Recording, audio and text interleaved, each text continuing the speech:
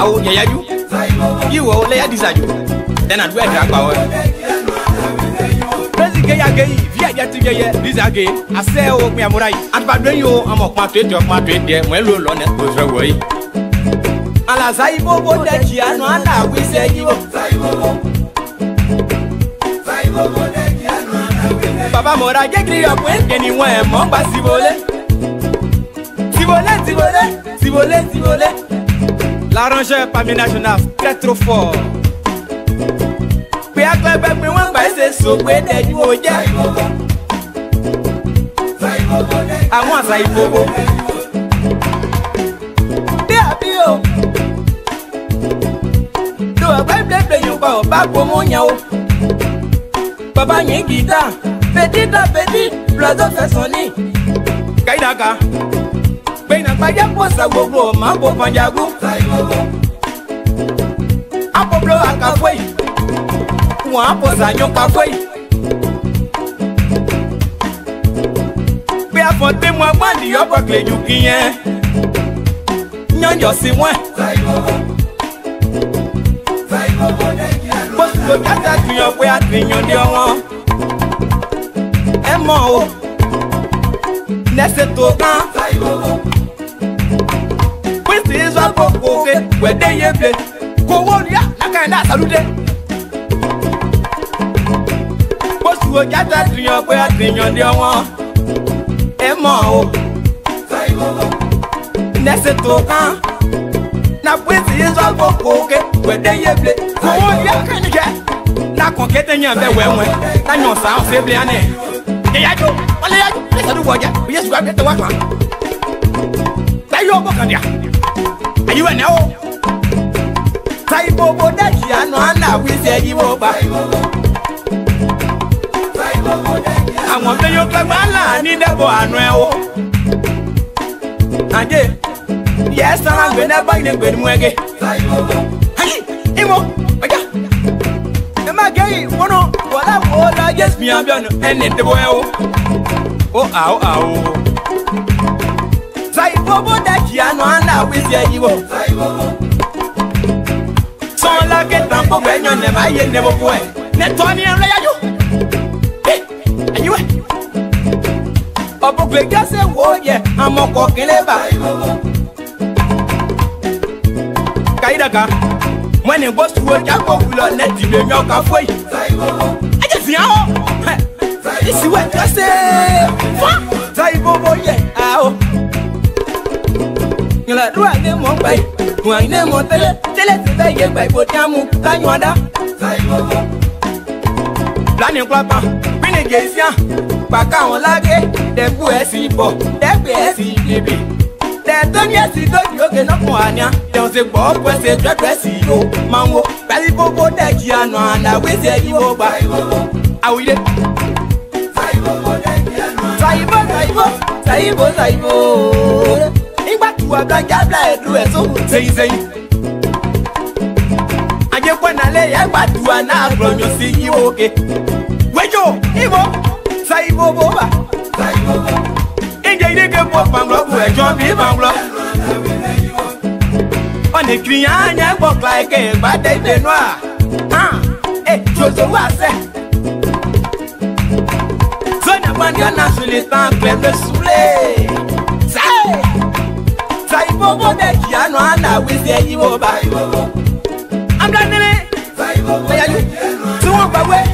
I know Roswell. Gay bear Roswell. South Africa, your fault, your way. Thank you for your work and my one.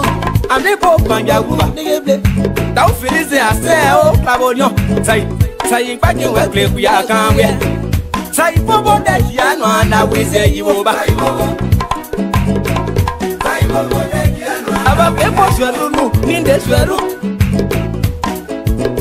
Kwa muzedu mange dota siko bala Kabo jowa se Pepo swelu muzo bluke Say ya rin se Panye ino Gen mwande ye Nyok mamble yo se mwande ya na o Ariwo ase o Panye Amo amora da o Saibo deki ano ana wisi yiwo Agbiso rulo di yo Panye So pẹ̀lú ni wọ́n Saibo, Saibo, Saibo, Saibo, Saibo, Saibo, that young man that will take you. Mon pop madame le maire, lui dans le main de ce loup. When you know I say, it's a mayo. That was where you saw so more. When you Amora Chinola, Saibo.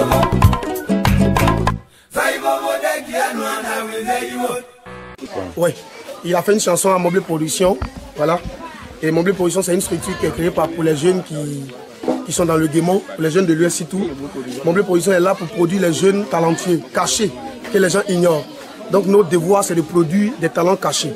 Alors, il a fait un son pour Mobile Production. Arrangé Eric Glodé, le don de Dieu pour la musique de l'Ouest. Je te détesterai jamais. Jamais, jamais, au grand jamais. Mon bien production. Abia dia au bois. Amounia dron. Moi et toi pierre. Moye, pierre mon moye. Moye, pierre mon moye. A toi pierre dia wele. Pierre mon moye. Ah pierre we. Nda toi pierre se prononcer. A toi pierre dia wele. Akosia o. Moye, pierre mon moye. Bossa bossa iko moye. Pierre ji mo were, mandoye mo. A pierre ji mo were, mandoye mo.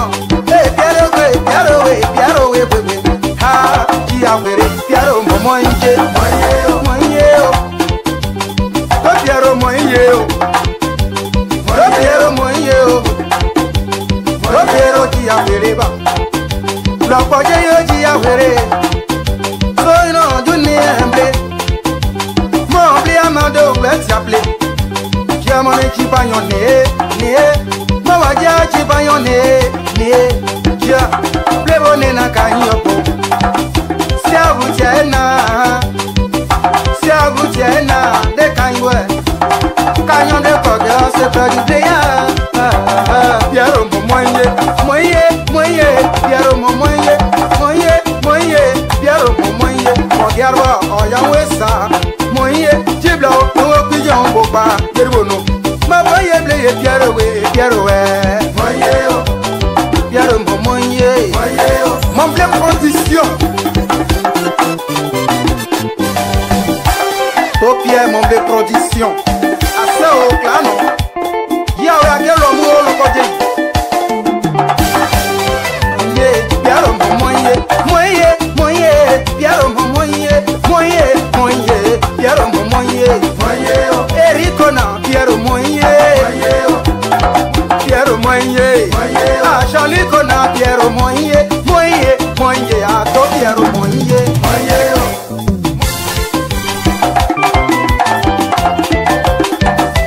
Die na pa yeble.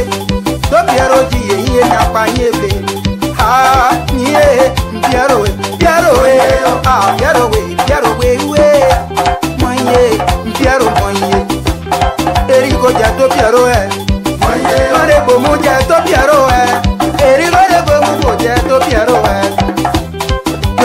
Miomo daka. Yo jale ko ye nyowo pa. Opa bla ye de nyani ye ble bra kije. Dia o anade bro aja be atia. Nyoro agbade ke agudi ye. Ono homono ne ka double ye. So bo somo soble so danyo.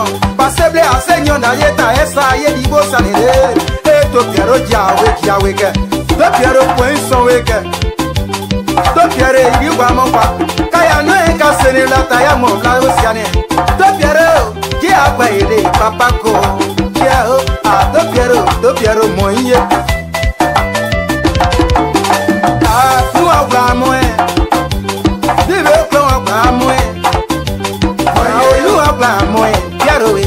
Ah Pierre you agba mo e. Pierre we. Ah Pierre mo moye. Pierre mo moye. Gayo padà we, nembo kango. Gayo padà we, nembo kango. Ah tideji. Ah tideji we. Ah mara tidie me o. Awo. Upa karita kwenita wake. Asa o made. Moye. Pierre mo moye. Pierre mo moye. Pierre Momoye, essaie Sonia Routier, assez Mama Sableye, Angela Wene, et Bobo Pambla Bouye, Angela Wene, Nama Bobo Pambla Bouye, Angela Wene, Angela Dieu, Machapa Keyo, Daria Dieu,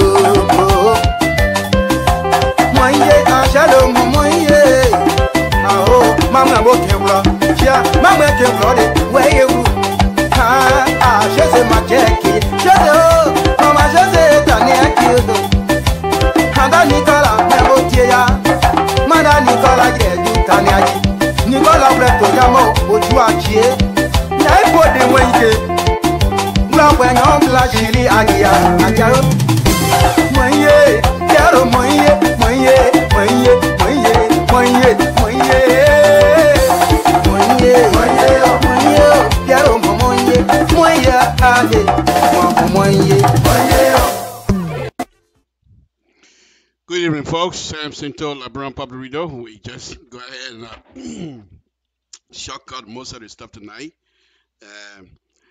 First thing I want to say, thank you very much for joining us this evening. It's a wonderful, wonderful Friday afternoon. We want to thank you very much for joining us. Tonight, my cousin will be buried here very shortly. She died in Worcester, and the funeral service and everything else is going to be at the end of the month. So tonight, I thought that I send some sort of a tribute to her. The family have given me permission to do so, and so we will go ahead and start that program and play our tribute to our sister, Deju Evelyn Paibo, who Deju and I, we were relative. She's my cousin. However, if you know about the tradition, those of us that was born in the countryside, usually you have cousins from the father's side, and the same cousin can also be from the mother's side as a cousin as well. Because most of the time you have those days, not now, you have two sisters were married to one man. I mean, it's not unique to my area. So what had happened was my grandma married to my grandfather, and of course, another sister of her, first cousin, let's put it that way, who also married to my grandfather. Anyway, the Jew father, the Jew grandma from the father's side is my grandma first cousin. And the Jew from the mother's side, the mother is my first cousin. The mother is the daughter of my uncle. So you see, we're very, very, very, very close.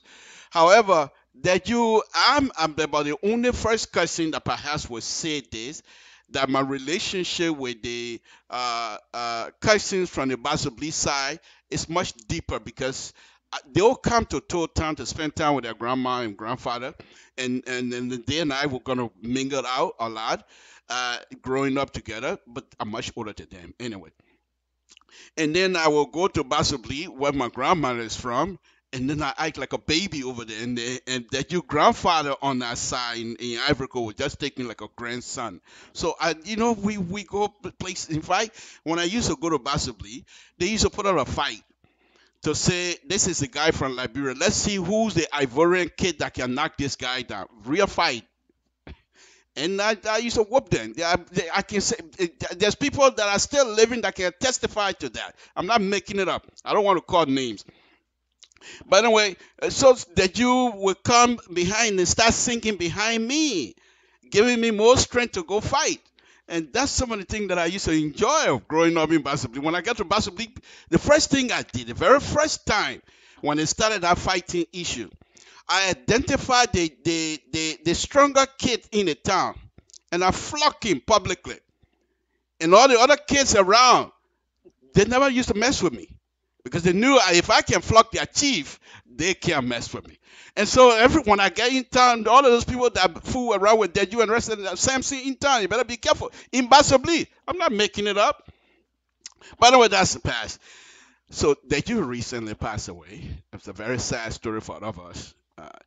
Another story about Deju. Deju, other brother called Sherry Man, he's here in the United States. him and another cousin of mine, Tommy Shoro. I think most of you know who Tommy Shoro is. These two kids used to actually torment me. They never used to mess with me because I'm older than them, so they never used to come to fight with me. I'm not talking about that.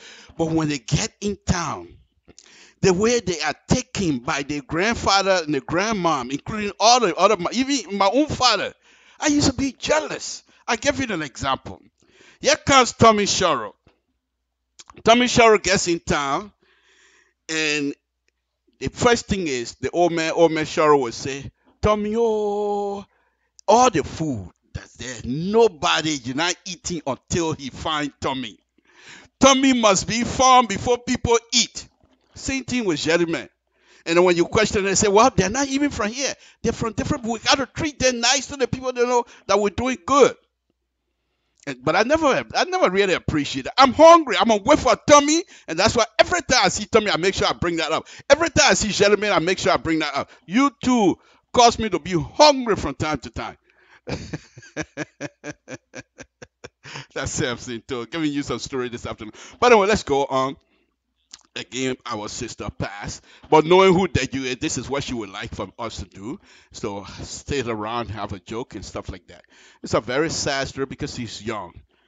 To pass at that young age is very difficult for all of us. So now I will put the tribute up here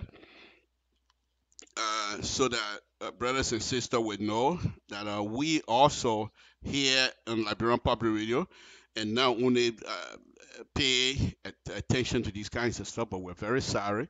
And on behalf of the Liberian Public Radio staff, Mr. So, Mr. Cry, Mr. Mazzola, Gisi, we all sympathize and express our sympathy to the family and to me as well. Let's listen in and let's play this video that I've put together. Samson to Liberian Public Radio. First of all, I want to thank Liberian Public Radio for giving us the opportunity to do this for our sister. Thank you, Mr. So, Mr. Cry, Mr. Mazzola. Thank you, guys.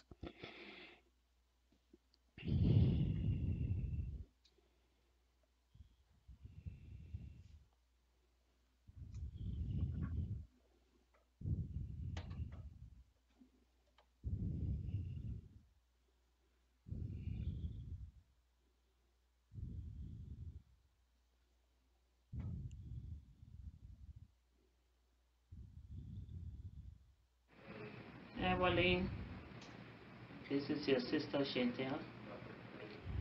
I will miss you. I know all the family are going to miss you. We came from a long way, and today you are going and leaving us behind. We miss you. Rest in peace. I know you're going to a better place. You're a family person, a good mother, a friend to everybody. We miss you. We miss you. Rest in peace.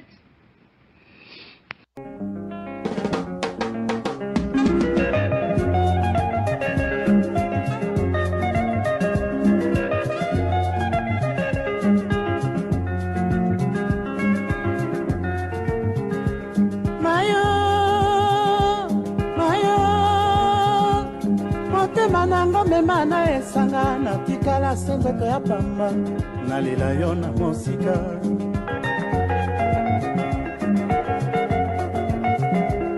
motema nanga omema molimu nanga osomba makanisi pe okanga nakoma zoba na mokili mpo na kopanza kaka yo mayo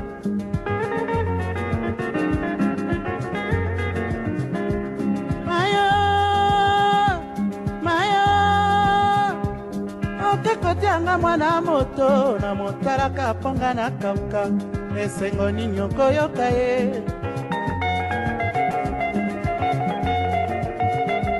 makila na ngai eyindi bachance na ngai ekimi volonté na ngai esili nameka koboya yo ndenge nini obalola motema na ngai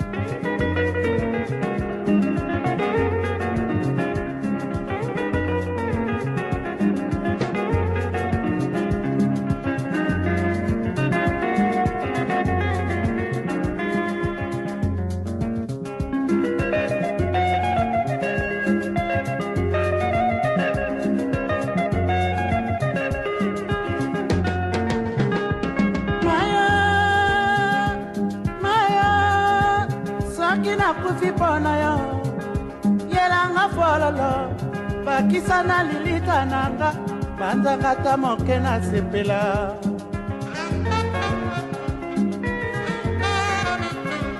maya maya sakina.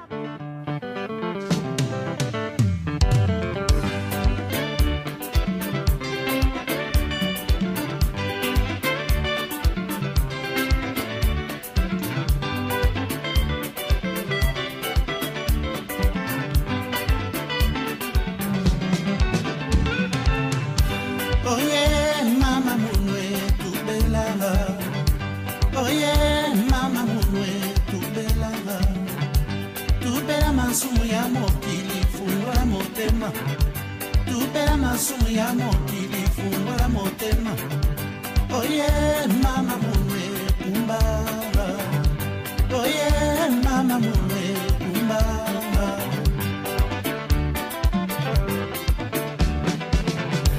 Nyonso zali kolo baba yebisinga Nyonso zali kolo bana bato bayebisinga Olobi tenga na lingi yo te mama Olobi tenga na neglige yo Alors que tovandinga na yo mingi mama Okolisinga ngampe na kolisi yo Tokoli elongo tango ya mpasi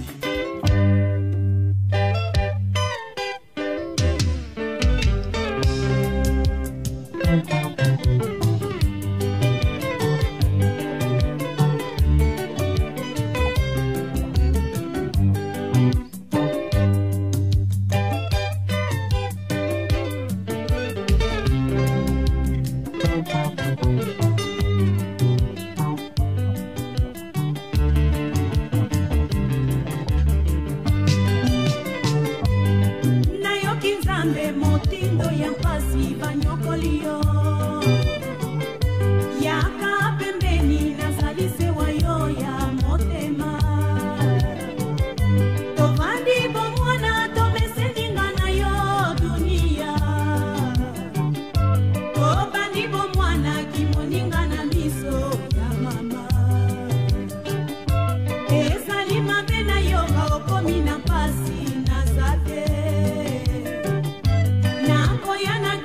na ya kozwa yo tozonga na Kinshasa ya elodi mapasa lokumu ya famille boti wapi ya elodi. Okay, folks, that's just a brief stuff that we put together here for our sister.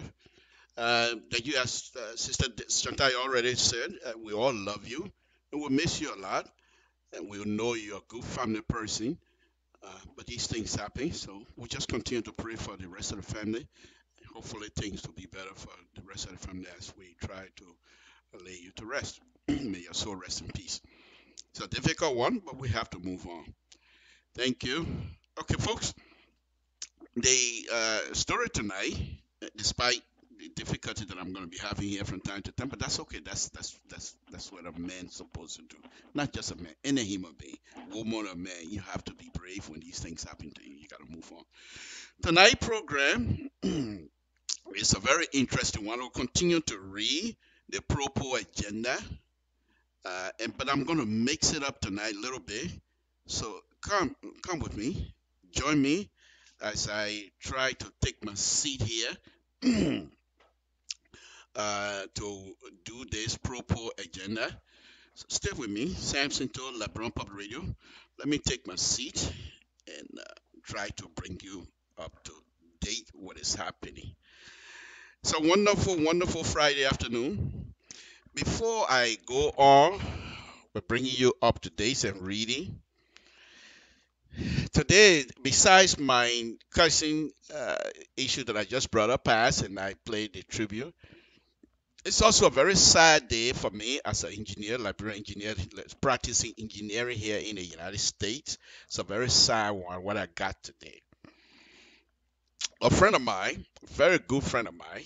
I'm not going to call names here tonight because the intent here again is not to criticize. The intent here is not to put people down. However, I will mention it because things are not being done right. So I just mentioned that. A friend of mine called me. He's an engineer, practicing engineer in Liberia, and he called me and sent me some information about roadway and design. A couple of roads, but about 3 roads I think the people putting together over there in Liberia. Dr. Weir is doing a wonderful job. They're trying to not only rehab most of these bad roads, but they're trying to put in some real good stuff. However, the design aspect of that is very troubling from what I saw today. It's very bad, very bad. But I will approach that later on. One other thing that I want to bring out here very quickly, like I stated the last time, I will continue to say this. My intent of reading the pro-poll agenda is not necessarily to praise the government. It's not necessarily to say what the government is doing, I'm in favor or what have you. No, it's not that. I just want you to hear some of the things that the people put down and consider a blueprint. However, the government itself is not taking on the mantle to try to read these things for public consumption. Put it out there for people to read, create a website where the young people can gravitate towards and read these kinds of stuff. Maybe they no longer decide to honor the pro-poor agenda. Maybe, I don't know. But I got it, and the president, Dr. Weir, announced it at the UN, so I think they're still honoring it. I will do my best until I hear. Otherwise, I will continue to do that. Okay? And I'm not too sure why I'm taking myself in a corner here. Samson told Liberian Public Radio. Sometimes these things, you got to be quick, but I'm not quick as I used to be, and that's why Nathaniel Crypo and Mr. Alfonso Zion, so they want to fire me every night, and I'm fighting them. They myself going from courthouse to courthouse. You know who the courthouse? You know what the courthouse is? Soup Bowl. Samson told Liberian. I don't hide anything. I let you have it right there. No, on a very serious note. So this is what we try to do here, is to tell you, the audience, what is happening. So bear with us as I'm going to continue to read this pro-poor agenda. I stated it last time, I'll tell you again. I've gone through most of these things, and I bet you, if you were to get a copy of this pro-poor agenda, you will understand that there are certain things there that you're going to like, and there are certain things that you most likely not going to like. However, they're both, whether you like it or don't like it, they can be tailored towards the unique development that you perhaps have in mind for your country. So the blueprint is there. The blueprint is there. Blueprint is not necessarily the actual deliverable. So that's a different thing. Okay? When it comes to deliverable, that's the different thing. You base your deliverable based on the blueprint that you have. However, the blueprint, when it comes for designing or when it comes for implementation, the blueprint can be tailored to suit the particular situation. It is a blueprint, but at least you don't have to start from scratch. Let's put it this way. Samson told LeBron Public, that is, if you even hear anything that I say here. But anyway, let me go back to this story. As an engineer, roadway engineer, practicing engineering here in the United States, it was a very sad time when I got those documents this afternoon. They're going to be building roads in Liberia, in Monrovia, and suburb. And the intent of Dr. Weir is very, very unique and is good for our people.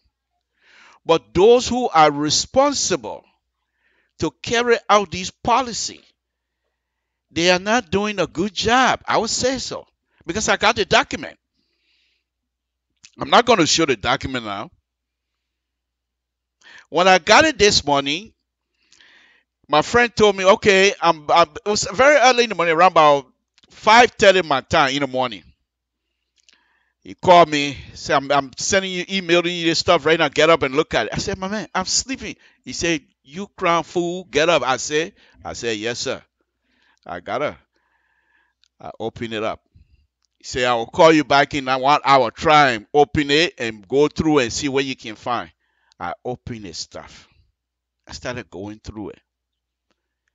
I recognized immediately that I think some of us that are here in the United States doing these kinds of work, we need to go home, whether we're invited or not. This is bad. This is bad, what I saw this morning. I'm here right now as we speak. When I get back to work Monday, there's a project, like I told you guys, it's not too far from my working place. They're having a site distance issue. They build off ramp. People come from the highway, they get off, and about another 300-400 feet, not even that, about 200 feet, they have another red light. So those that are coming from on the bridge, they see the two lights. However, there are certain people that can only see the lights way ahead, because that's what your vision will do to you. So they've been having a series of issues on that, traffic issue. So Samson Tour is going to do what he can to make sure to resolve that. And my people, when I saw what I saw this morning, like, what am I doing? Of course, I'm getting paid. I understand that. But why? Why my people have to go through these things? So my intent now is to contact the proper officials in Liberia and offer my services free. I don't need pay. The only thing you shouldn't do to me to say, come and do it from here. I can stay right here and do it on a weekend. I will try and negotiate with them. But if it requires for me to go there periodically, I will do so. Especially if it's going to be free. So here is what I saw. Long row. The guy sent me the stuff. I started going through it. First thing I went through, I saw the horizontal alignment. I said, fine. So before I go there, another thing when I was going through this, one of the other thing that came to mind, and next week or week after next, I'm going to spend some money and buy myself a bowl and do a bowl design on a bowl right here in this studio. Perhaps some of the young people in Liberia, if they can watch Facebook, they will see, and maybe they will see exactly how design is supposed to work. Because what I saw this morning was ridiculous. What I saw this morning, even if it's in metric, which is the system they're using over there, that's fine. You can use metric. We can convert. But the numbers are not jiving. Number is number. Whether metric or US numbers they don't match up. They don't make up. That's it. You can't change your 2 to 3. It won't work. So I'm going to promise myself, I will tell my wife to allow me to spend some money and put a bowl here and do a design on the bowl so people can see how these things are supposed to be done. Okay. What I saw this morning, and I'm going to go ahead and read the proper agenda. That's fine. But what I saw this morning was this. They sent me this drawing. About maybe about 40 pages PDF, 40-page long. 40-page drawing. First thing, they have stuff on it. When you're doing these kinds of drawing, you have a site location. Where is this project going to be? The project is going to be this place. What are the other surrounding area that might be affected by the project? You put all of those things on the paper. So if something happened to you, somebody else come and pick it up, they know exactly what you're talking about. Drawing is like writing. People who do not know how to draw, they should pick up your drawing and be able to understand exactly what you have on that piece of paper. There shouldn't be anything hidden. Okay? You do a drawing. You're doing a design, roadway design. Roadway design basically based on survey. And I'm not talking about survey going to people's houses and say how many bag of rail got here today. That's not what I'm talking. I mean numbers. Okay, vertical determination. Let's put it that way. Okay, where you have elevations. Okay, so these people give us they give us alignment. They give two alignment, which is good.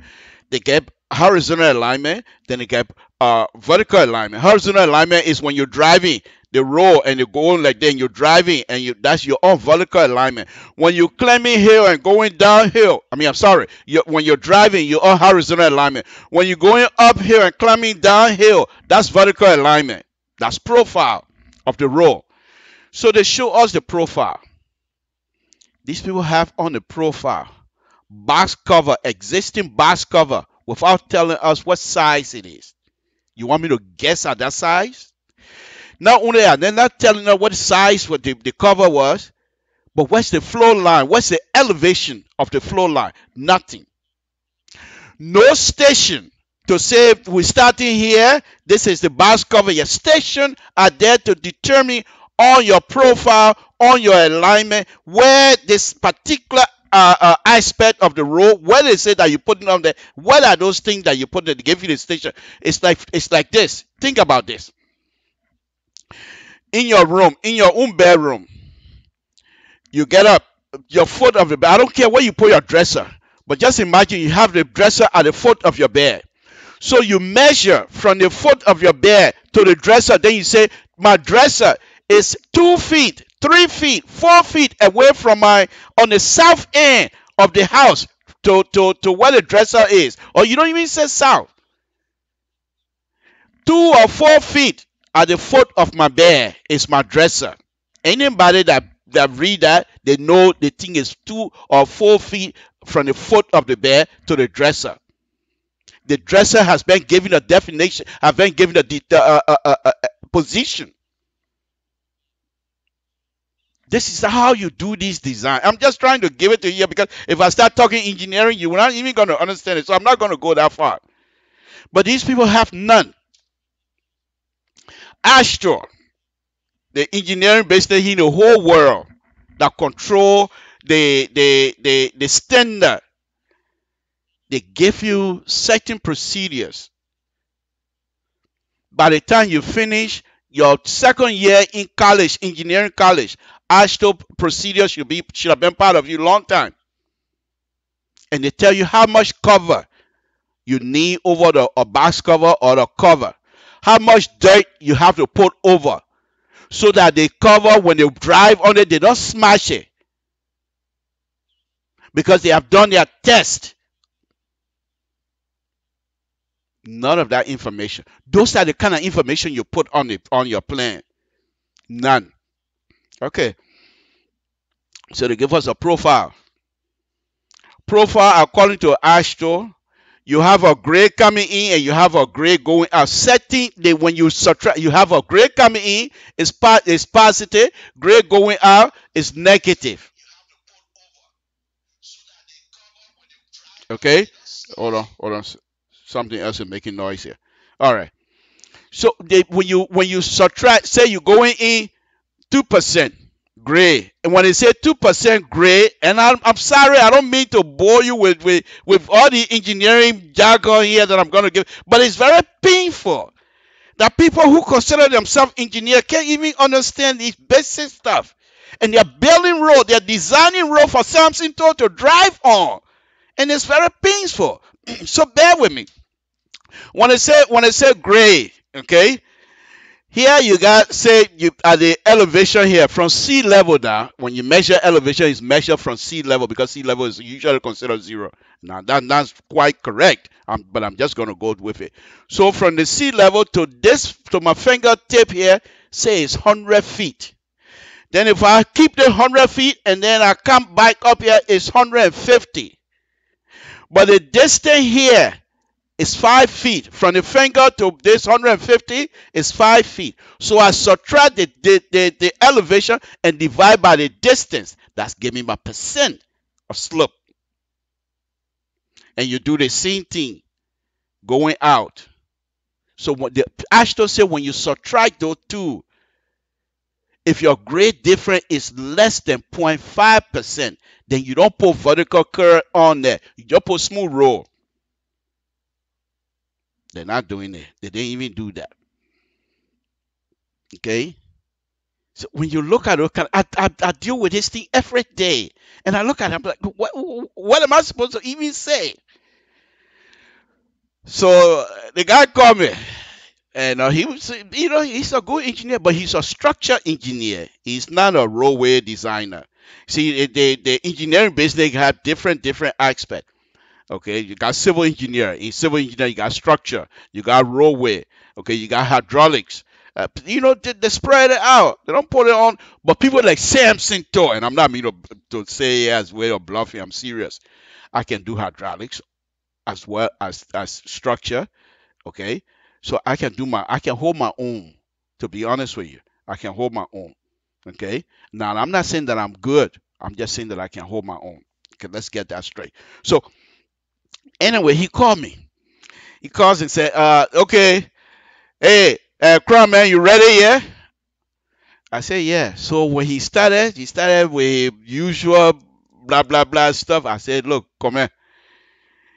I just hate to bust your bubble, but I think you're gonna be pissed. He said, why? I said, this thing is so messed up that you're gonna be pissed. He said, what? Samson. That's why we say you're more comfort. You stay there, then you say I'll be pissed. Yeah, I'm enjoying myself. I will not get vexed. I say, you sure, come here? He said, yeah, I will not get vexed. Just let go ahead. What if they're wrong? Well, just tell them they're wrong. I said, okay. So we started going from the first place. If you start from a position of an existing roadway, first thing is the existing roadway is already paved. There's certain part that you want to take out because it's bad. So you saw cut the road. And I know most of you have been driving, you know, see these people saw cutting the road. You saw cut the road all the way to the base so that you have an even tier of the pavement. Okay. However, you don't put in a new pavement and match the saw cut. It's not going to work. Because now you have a void in between because of asphalt. Even if it's concrete, you make it worse. So you have a void. So what do you do in order for you to take care of this hole that is there now? So what you do, you grind. You scrape the asphalt until you go maybe another 200 feet or so and meet existing. As you grind, you start from about 2 inches. By the time you get to 0, you meet existing. So when you do that, so that when you come back, you pave the whole thing. So the pavement now, the new pavement cover the saw cut hole that is in there, so water don't leak in it. I told you before, water and the road business don't mix. And everything that you try to do is to take water away from your road. I'm sorry if I'm going through an engineering situation this evening. Just please forgive me. Okay? They didn't do that. No conform. Okay. So I said, come here. There's no conform here. I don't even know what people are doing. Say, oh, yeah, okay. So I explained to him. He said, okay, I think you're right. So he wrote down note. And we started going down the line. Okay? They have what they call PVI. I'm not going to explain to you. A PVI, they have no station. Okay? They're not telling, they just put a line there. They say this is, and I'm assuming, because there's no station, no information. So I'm assuming when they put that line there, I'm assuming this is where the vertical curve starts and this is where it ends. And therefore, they put this vertical curve in there. And you can see that they try their best to follow gray in, gray out type stuff. Nothing. So I pointed out. He said, okay, I'll make note. And we started going down the line. We were on it for almost 2 hours. At the end of the 2 hours, he was cussing by that time.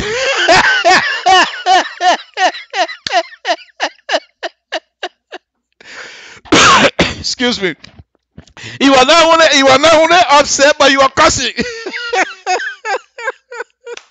I told you from the beginning. He said you're not gonna get upset. No, what kind of business is?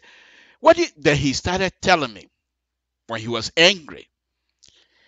He said that people give this project to young Ghanaians, young kids from Ghana that can just do care work and pass themselves to be engineer in Liberia. And because they have done care work for other people, they think say they can do it. So he started telling me, and then I started feeling real bad. These people, even if they are engineers, but because they can do care work, they're not even telling us what procedures they're following, what criteria they're using to do the design, to set out for people to build in Liberia. So we're finished here. So I said, okay, here's the worst part, and this one I will demonstrate to you. Okay, here is the finning roll, and here, okay, all right. Consider my table to be existing. So they found out that because of the profile, they want to lift the roll up. Okay, which is okay. That's fine. If you want to do that, that's fine. The only thing it's going to cost you is going to cost you more material, because now if the roll are here and you bring it here, you got to fill it in with material. It's going to cost you. Okay. However, what you don't do is this. Now, this roll going from me to the camera now, from me to you. The roll now going sideways, coming from me to you. So they're cutting it. They're giving cross section. So they said this is the roll. And this roll, we have these different makeup of the roll. They call it structure section, where you have thickness of certain material, thickness of another material, and what have you. However, in design, when you have this roll, you don't let it hang up like this. You got to put side slope. And those of you that are driving around here, when you're driving, sometimes you park on the shoulder, you see the side slope. You see the slope, you look down and you look at the ditch down. It's called side slope. They fill it up with dirt. And then most of the time you think, say, the grass over there, no, those grass were planted. By who? Ah, yes, Liberia. By architect, landscape architect. That's their job. Okay? They plant trees and things. Okay? But I'm not going to go into that. So these people, the one that I was looking today, they have the roll like this. No side slope. If I'm going to be calculating how much it's a volume now because we're going to fill it. How much dirt or whatever we're going to fill, how do I know when you don't have no connection? In calculus, and I don't quite remember the number right now, but there's certain calculus, numbers that when you put the area under the curve, if you solve the area under the curve, there are certain numbers you put in there. You can take this area and it will never meet zero, infinity. There are certain numbers in calculus. I believe you get that in calculus 4 or something. I don't know. I don't remember. It's been a long time. But I just thought I'd show it. So if that's what you're telling me, if that's the kind of calculation that this dirt you put here, you're not going to connect, then let me know. Nothing. They have these structure section hanging up there. I showed it to him. He hold his head straight. He started yelling. He put a chaos in the place. So I said, but why you're not even paying attention to these things? You're an engineer. Why? They have no standard in Liberia. No standard whatsoever. Samson-To can come from Wembley, Total, Republic of Liberia. No. Samson-To, Total, Basson District, Grand Union County, Republic of Liberia, and come to Moray and call himself an engineer. And they will let me practice. And if I'm a good guy who can draw, I'm good. But that's not it. These people say they're going to go pipe, they're going to put pipe on the roll. They're not telling us what type of pipe. You got different pipes. You got steel pipe. You got corrugated pipe. The pipe that they got rubber. Those days when I was growing up, they got rubber. We used to chew the rubber, but they corrugated. Okay, they call it metal pipe, CMP, corrugated metal pipe. Okay, they got that. Then they got concrete pipe. Then they have the PVC pipe. They got different type of pipe nowadays you can use. There's no identification of those pipes they're going to put down. No size of those pipes they're going to put down. They just put a circle on it and they say proposed pipe. Proposed pipe, my foot. What kind of proposed pipe you're going to put down in something to a country and you're telling them proposed pipe? What is it? None. Folks, I'm playing fun now, but these are very serious business. Yes, the worst of the thing. So this is where after that he said, I don't want to talk to you again. Bye. He hung up on me and got vexed. He got vexed with me. So I called him back. He said, man, you're making me vexed. What kind of thing you pointing out? So they don't want to. They have the tap, the asphalt they're going to put down. Okay? They're going to put the asphalt, the finished asphalt. They're going to put 2 inches of asphalt. My people, 2 inches. You know what 2 inches is? Your finger. You see the line from the palm, the first line, from there to the tip of your finger. 2 inches. 2 inches. If you're going to put 2 inches of asphalt, by the time they finish rolling, you get less than half of an inch of asphalt. What that one going to do for you? You're going to tear the road down within less than 2-3 months. What is that? Worst of all, they say this, crushed rock to be their base. Okay. I said, thank you. We appreciate that. But crushed rock. Okay. The base in engineering, if you're going to put base down, you have to specify what's safe. You know, something told, I'm not making it up. I'm serious. Something told, bro, you know the bike home, when your mom then take the palm water, then they put in the sifter. You know, some of the sifter is round. Okay? And then they pound it so the palm water can go in and the balance that can go through that hole, those little safety hole, it stay there. In engineering, they call sieve analysis. They have these sieve, just like the one you use for palm water. But they put the mesh, wire mesh, with different sizes. If you put the wire mesh, if you put a rack or whatever it is, you put it in the safe. Those that goes through certain opening, they have a definition. They have destination to those. Safe number 200, safe number 400, and so forth. Which one that going through will tell you how much what the material makeup is. And then they go through and find the cleavages all around the rack, whether it got little sharp and stuff like that. Don't just walk on the people quota and think say that quota. No, there's a lot of work that goes into that. You got to know the makeup of the rack that it makes with the quota. Is it binding? Does it have the ability to bind the quota together? Or it's just a smooth rack? And if it's a smooth rack, what kinds of design of the quota you're going to put there for it to hold the rack together? These are very serious business. You got people here in the United States who are specialized for years. They have done material testing. And they will come out. And those of you that work in these factories and things like that, they got test, what they call ASTM test. And those, the ASTM test, they tell you different material tests based on the test result. And I'm not going to go into that. But yes, these people here, they're going to give you 2 inch of asphalt. Then they say the base for that asphalt will be crushed rock. So why if they crush rock 4 inch wide? It's crushed. Is that the kind of crushed rock you're talking about? What kind of crushed rock is that?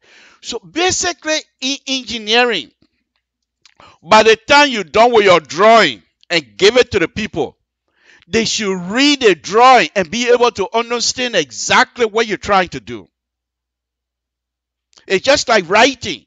Somebody read your writing, they should know your intent. It's the same thing. And when I told him, I said, well, he said, you hang up. That was not the end. The same way they build how do you call it, dual community. That's the same kind of thing they're doing right there. Okay? They put a ditch, cover the ditch, build it around and then cover it up. Those things, when you put them on the drawing, you have to give a detail how those things are going to be affected with relationship to the roadway itself. And that's not all. Yes, we're suffering.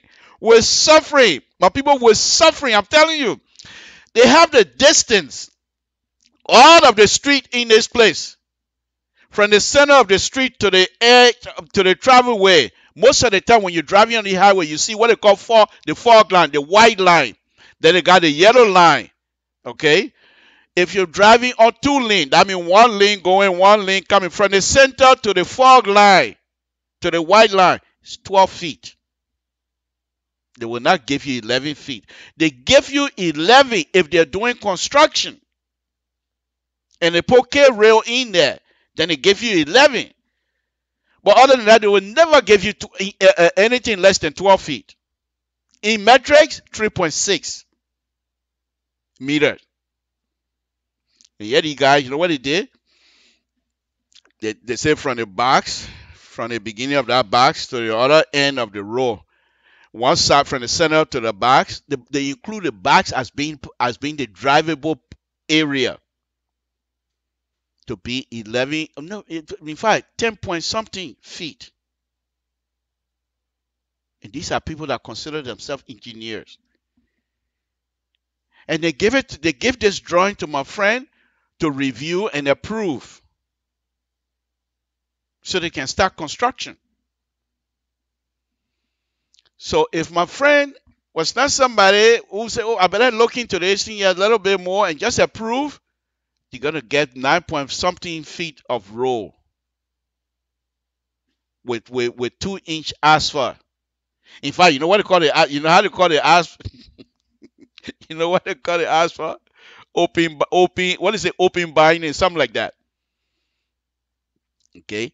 Open grade. Let me explain to you again. And when I tell you these things, when you get out in your own area, look at the road you're driving on. Don't just drive on it. Look at it. They have what they got open grade. Open grade is a graded asphalt, usually 2-inch thick. Okay. But the racks, the poise between the racks and the asphalt is open. That's why they call it open grade. So when it rains, the rain goes through that open grade quicker and hit the dense asphalt beneath. So the dense asphalt, you can't penetrate, the water can't penetrate unless you have a pothole. But then they intended the water hit the dense asphalt and goes out based on the slope of the road.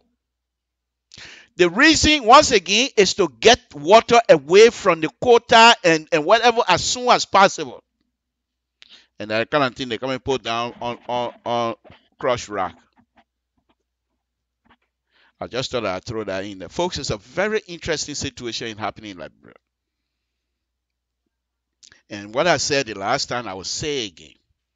Dr. Weah has very good intent for our people. And people might not agree with me.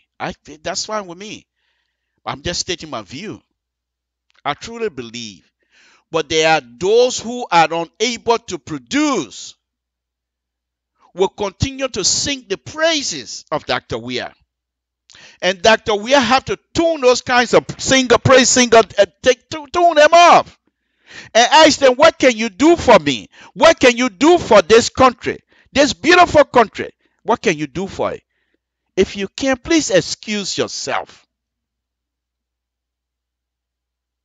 Because eventually, if this road goes on without being challenged, in 2 years, we'll come right back because the road will be useless. Forget pothole, you're going to get sinkhole. But no, in serious stuff, look at the road that you drive on sometimes. The open grade, they don't take it all the way to the edge of the pavement. They leave maybe about 4 inches from the edge of the pavement to the edge of the open grade, so that when water get out, it will go straight to the other dike or go out and sheet flow. Percolate, that is. Sheet flow. Okay? Go to the gutter and go out. The main thing you want is water to stay away from your road. Because water and rubber, they don't mix well. Especially rubber that has air in it, they don't mix well. Hydroplane, have you heard that before? Okay. Folks, I just thought that I'd try to show you this this afternoon because this is just becoming bad for all of us. One last thing here before I go reading this Propo agenda. There was an election that I told you before, I'm not blind to the situation that is happening. There's an election that happened, and I believe somebody won other than CDC. And now Liberians everywhere you go to party now they tell, oh, CDC, they're done. CDC is not going to win the real election now, they're done. Okay, that's fine. That's fine. I'm not a seditious, but I'm not going to put myself in those positions. Now, here's what I have to say to reply that. Why it might be true that CDC didn't win. That's fine. But if Dr. Weir take this paper, to be honest with you, take this blueprint and talk about it and start implementing some of the things in the blueprint, 12 years. I'm not playing with you because the blueprint is there. But if Dr. Weir follow friendship and don't put things in perspective and say, oh, my friend, let me just stay there, then these people's prediction might come true. So let's go. This is Samson to LIBERIA Pop Radio. I'm going to go ahead now and read. I just thought that I gave you this little information this afternoon, and I will go ahead and read this Propo agenda. The last time I read through one country with dual administrative governance, and I told you, welcome, folks. Samson to LIBERIA Pop Radio. Let me see here. Okay. Where's the okay, well, I can't because it's okay. Yeah, right, you go. Okay, so I'm not going to be able to see it. But anyway, let's go ahead and read. I read to you the last time about this is a Propo agenda. It's called Propo Agenda for Prosperity and Development, a 5-year national development plan towards accelerating, inclusive and sustainable development. July 2018, June 2023. That's the plan. Okay. And as you know, blueprint, you know what a blueprint is. Blueprint is just like a framework. How do they call it in politics? The people that use a wrong campaign around, they call it platform, isn't it? Okay, this is a platform. I just gotta throw it out there. By the way, I told you the last time that when they first started back in 1800, they started this dual governance. The people, the settlers, according to this, they have their own way of governing themselves. And the indigenous, Samson Toe from Toe Town, Republic of Liberia. No, Samson Toe from Toe Town, Boston District, Grand Gila County, Republic of Liberia. The indigenous of Liberia, one of them. But anyway, they have a certain system for us.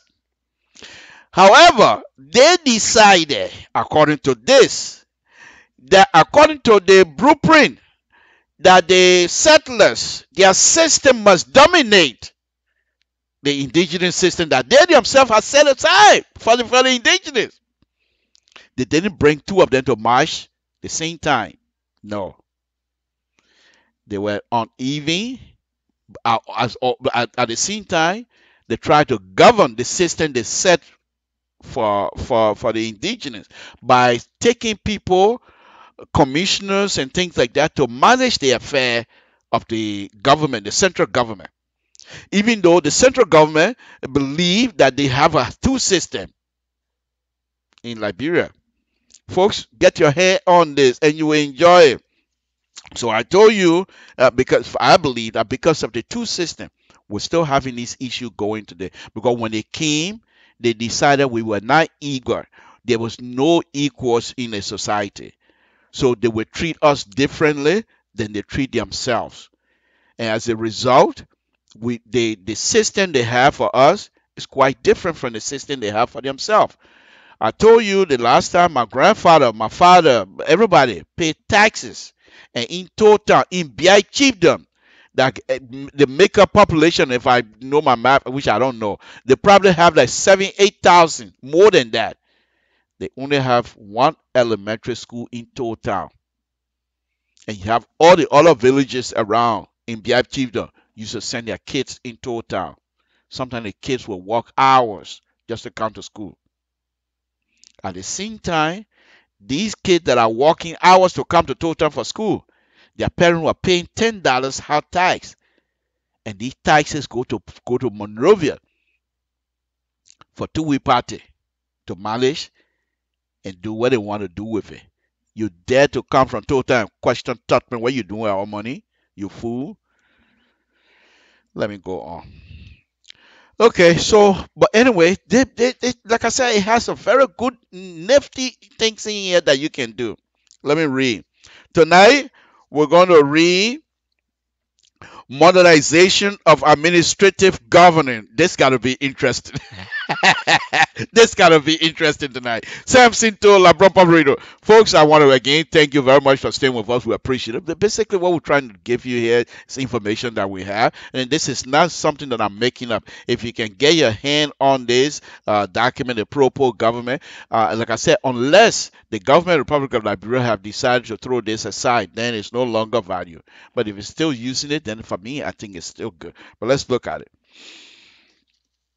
Okay, modernization of administrative governance. Even after 12 years of peace and stability, the governance structure that enabled the leadership crisis and state capture is still in place. Okay, the crises are there. In 2016, a local government act was passed by the House of Representatives of the Central Liberia National Legislature. Key provision of the act calling for the devolution of power, e.g., the election of county superintendent, are void and absurd because they contravene the appointive power granted to the president of the Liberia through the 1986 Constitution. So here you have it.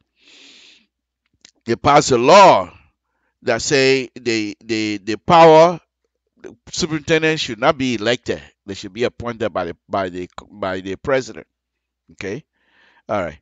So similarly, a Land Right Act has been proposed but failed to pass into law because certain provision contravene customary practice related to land, title, and transfer of ownership. Okay, and these are things, that's what I say. Instead of us getting on Facebook and talking all kinds of stuff, say who's going to be the president 12 years and what have you, read these things because they will affect you. And if you're not ready, you're not going to be able to participate. And here's the thing about readiness. I'll give you an example. And this one, sidebar. You know when the lawyer there arguing, then it says sidebar. That means they want to talk a lot of rubbish. So I'm talking rubbish right now. But in preparedness, if you're not ready, for example, and I like talking, I don't fight anymore, I talk now. So if I'm talking to you and I'm not ready, and you start giving me some issues that I can't afford to, because I'm not ready, I'm not prepared to answer you. What's the next thing gonna come? So cuss. Because the only thing left in my bag of tricks is to cuss you because I'm not ready. Let's leave it as that. Okay. So readiness.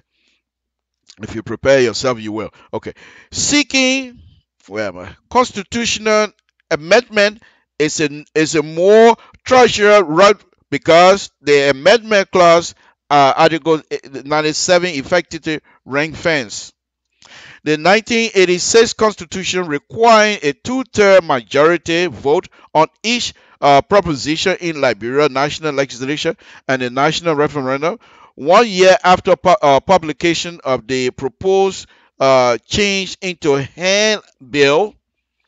Furthermore, voters must vote on each proposition for amendment separately. There is no possibility for an up or down voting system on all propositions. Okay. You get that? These are things that are in the proper agenda. And I'm sure those of you that are law students from Liberia, those of you that are lawyers from Liberia, you can get yourself involved in this and make an argument. Okay. The political space remains highly contested today, but Liberians cohabited the geographic space in peaceful coexisting, interacting and intermarrying across culture and social bound without hindrance, which is good. But remember now, this is not the recipe for peace. Because remember, we used to marry from one area to another before, and the Civil War came. And whether I marry you, or I marry Mano, or I marry Christ, doesn't matter. They come after you. Whether you marry to their sister, it don't matter. In fact, there's some stories where people will kill the wife of an opposition or the opponent, kill the wife and the children, whether they're from the same town or not. And that caused the town people who are related to the woman to also turn against the group. These things happen during the war. So marrying from one section to another, marrying intercultural marriage, that's not your recipe for peace either. So let's be careful with that. Anyway, okay. So where was I? Okay. In the political space, voters' preference in national election tend to lean towards candidates from their own ethnic group in the first round. I told you this blueprint is good. Are they making it up? During the election, people from other county will say, "Oh, they man from our county, we vote. We got to carry the man." Instead of saying, "What does he have to offer?" No, they don't ask that question. They ask the question, "Does he speak Mandala?" Yeah, okay, well, let's go for him. Okay, that's proper agenda. Okay. But the fact that no single group is large enough to decide the outcome in the majority electoral system ensures that political coalition must be formed across ethnic and geographic lines. That makes sense. But however, that particular idea is being abused by certain members of our society. You have over 22 political parties, knowing fully well that most of them will not even go anywhere. But the fact that they have certain percent, now they want to trade that certain percent for something to come to them. Instead of them to say, "You know what, I don't want to be president.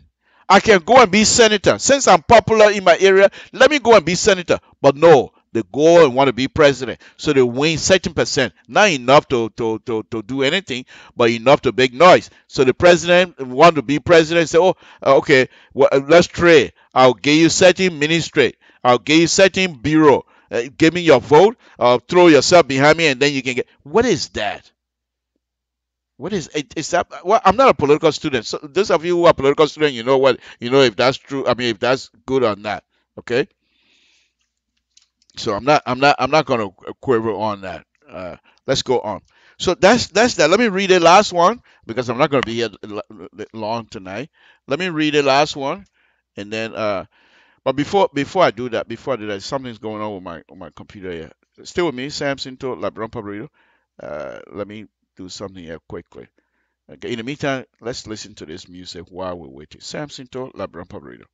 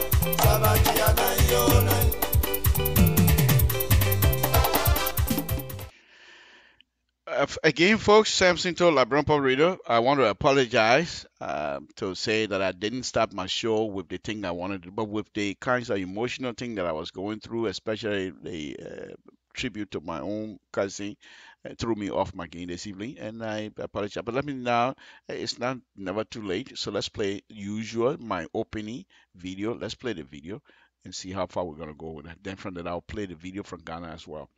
But just stay with me. Just make sure you do that same thing for you can hold.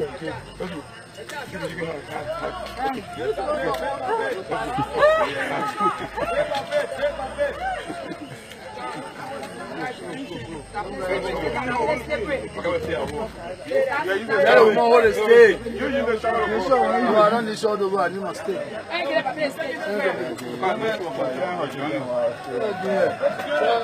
We're going to junior that before.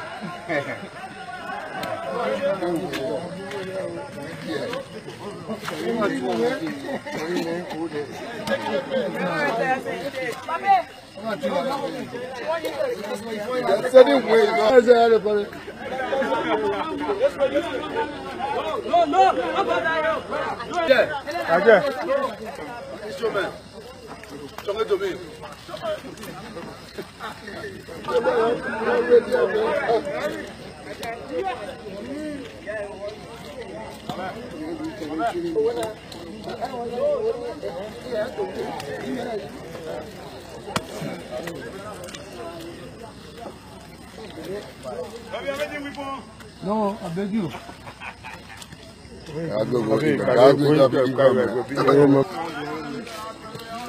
Man, I think it's finished. Salome said, not done.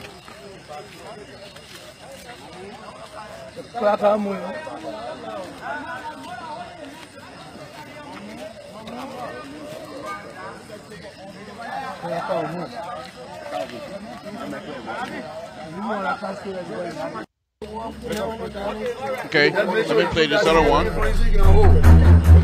Afrikiko Junction, Accra, Tema Motorway.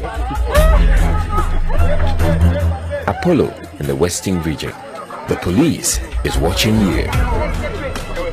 Over 1,000 of these cameras have been installed at strategic locations across the country. These cameras have made police surveillance more effective and giving a boost to fighting crime. Playbacks have also been very useful. In this particular case, investigation into a road accident.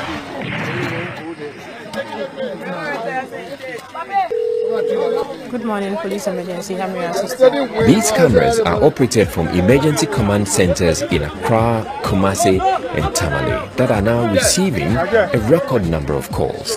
When the call. Okay, I just thought I'd show you a little bit of that, but for some reason I'm getting some sort of an echo. Let me go on reading. I'll just read it one segment and I'll be done for the night. Okay. It says here a new national identity. Folks, this is very interesting, so please stay with us. Embedded in the 1847 Constitution are the principle that the Liberian identity is derived from the United States of America, and that the mission of the state is to Christianize a Bennett race on the African continent. Successive generations of Liberians have been brought up to believe a special relationship with the United States of America, USA, and the religious mission. Hence, all national system and economic infrastructure have been modeled after the US based on these principles. Okay? Based on these principles, they said. and which makes sense. Look at it seriously. What do we say? Everything we say, oh, people can do that in America. In America, everything we do is in America. In America. So, okay. What clearly emerged from the 2012 National Consultation for Vision 2030 is that the tendency to bifurcate the Liberian identity into a Americo-Liberian versus indigenous cleavage leaves the enormous impression of two discrete community. You see what I told you? When I told you that these people back in 18 something, they started out different culture stuff, and the cleavages is still there. Okay, back in it stays still there. Okay, okay. Uh, that needs to be reconciled for political, social, and economic development to take hold. In order for us to bring any kind of development in this country, in Liberia, these things must be addressed. And how do you address something? You must be able to understand it. And if you understand it, you'll be able to address it. But if you don't understand it, you're not going to be able to address it. So these are they're all in here. You have to read this blueprint. This pro-poor agenda, not necessarily promoting the agenda of the government, but there are things in here that perhaps you yourself can take into consideration and do something about it. Let's move on. Okay. It is evident that the Liberian identity is a fusion of value of multiple largely practical traditional society and the influence of black settler culture. Okay, in Monroe era, most of the people, civil life people or whatever they call themselves, you can't marry two wives. In the countryside, you can marry 6 if you can afford it. You see where we're going with this thing? In the same country, and that is not illegal to marry 6 wives. But the culture in the settler society will not permit you to marry 6 wives. They frown on it. Whereas in the interior side, the indigenous welcome something like that. In fact, they thrive on it. So if the government try to impose their will to say no, we don't want that, that's going to be issue. How do you resolve these things? How do you come together as Liberian? How do you have this situation resolved as Liberian? Okay, these are kinds of questions, and that's what I really would like for people to read this thing here. Okay, but apparently they're not doing so. That's fine. Okay, let's go on. Moreover, new cleavages emerged out of the Civil War. Here we go. This is a very interesting one. Listen to this. In the civil, between the diaspora and those Liberians who stay at home, and between those two who were victimized and those who were the perpetrators, all these cleavages must be addressed for Liberia to go forward. This is in blueprint. This is in the proper agenda. You're talking about war court crime. This is something that you can use. Even if Dr. Weah and his people refuse to have a war court crime, but they have something like this in this blueprint. Either they intend to have these kinds of things resolved, or just putting the inside here for bluffing sake, which I don't believe that they're doing it to bluff. Let's read on. Going forward, the ethnic and cultural divide will gradually fade due in large part to urbanization and the changing demographic makeup of the country. About 54% of the population lives in urban area, and 75% lives in the three of the 5 regions of the country. This provides a starting point of creating a unified national identity around new principles that transcend historical cleavages. How do you do that? You're not even discussing this thing. This thing is not being discussed by Liberians. How will you have this new identity issue? We're suffering because of lack of one unit of understanding and bringing together all Liberians to have a single identity. We don't. And as long we have our identity technicals all over, how do we come together? Because identity, according to them, identity is based on value. Identity based on culture. If you have separate identity, you have separate value, you have separate culture. You have to bring those things together in order for you to move forward. To call yourself true Liberian, you must have one Liberian identity. And that would be the identity of unity. You can't be here disrespecting each other, insulting each other, and expect to have a culture of unity. It's not going to happen. I'm not making it up. It's not going to happen, because how will you tell me, how are you going to have a conversation with somebody that you're insulting? You think the person will listen to you? I don't think so. Okay? That person most likely is not going to be listening to you.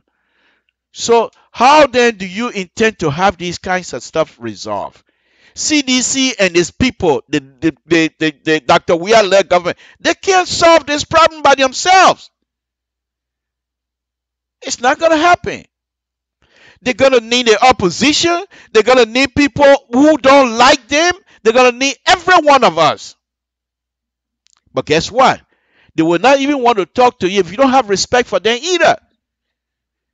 So this thing goes two ways.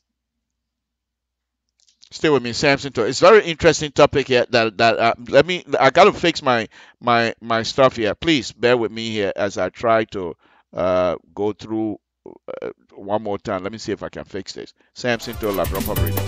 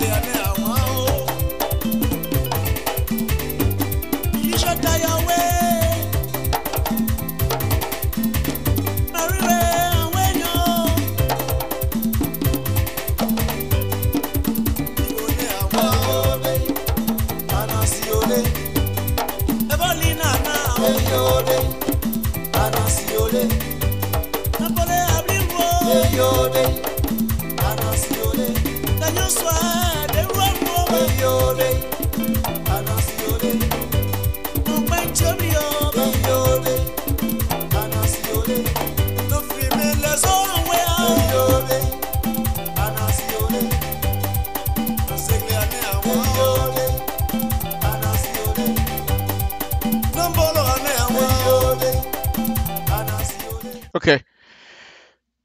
we're not going to be here any more longer. So let me just wrap it up here, and then we're going to leave. Okay, as I was saying, if we're not able to respect each other, there's no way we're going to do anything for each other. That's for sure. Okay, so let's try to wrap this thing up so I can get out of here myself. It's Friday afternoon. So I know most people have places they want to go, which is fine. But let's do this here, because this is very interesting. This is very interesting. As a member of a society, you can't have a societal conversation by insulting each other. There's no way, no way. Because if you do that, you're not gonna get anything. And if you're not getting anything, then what's the point? Okay, so if you're not going to get any kind of good result in any kinds of effort you're making for your brothers and sisters, the first thing they talk about diaspora Liberian, and they also talk about Liberians back home. They don't trust us. And why? Because we have exhibited some wrong and useless behavior in the past by going over there, taking the pure money and running back here. So why do you want the people to trust you? They don't trust you either. But that doesn't mean you should stop trying. Okay, all of these things will be resolved, according to my belief, by respecting each other. Because if I respect you, most likely I will respect your view. I might not agree with your view, but I'm not going to put a roadblock in my mind about your view. I will let you express your view, and I will try to challenge you. Because in the process of me challenging your view, I want you to see my reasons, maybe to convince you to come my way.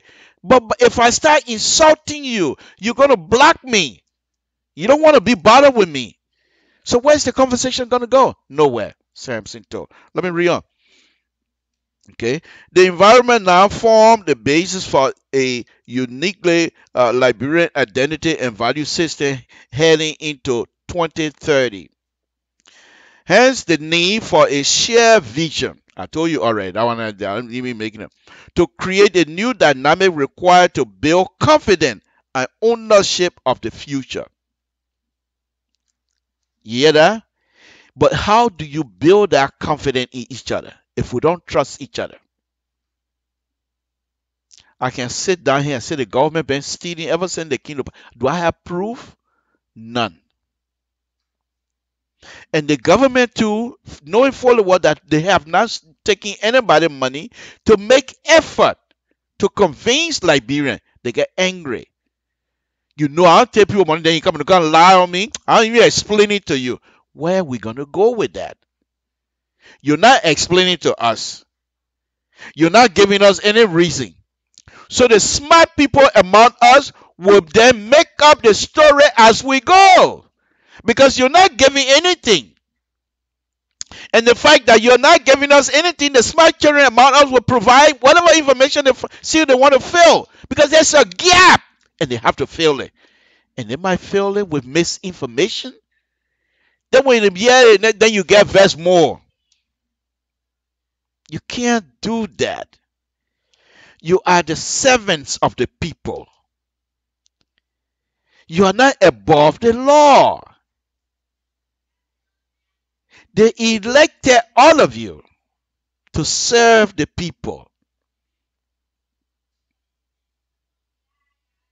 But because of the frustrating behavior that coming out of Liberia, everyone is frustrated because they're not getting the kind of information they want. My people, think about it. Think about it. Seriously, those of you that are in the leadership position, think about it. Do you think Liberians are lazy? Do you think Liberians are stupid? No. Liberians are the most hardworking people in Africa as far as I'm concerned. I gave you an example. You're making me vexed now, man. I gave you an example. During the war, those Liberians that left Liberia to go to the foreign country,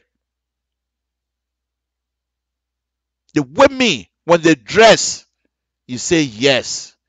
When they cook, whatever little food that the people were giving them, when they cook, you say yes. They take care of themselves, whatever little means they have. Okay? because that's what we know, how to take care of ourselves. The war was a very, as far as I'm concerned, was a senseless war that never added any value to our existence. It happens. What do I do now? Do I cry about it? I don't think so.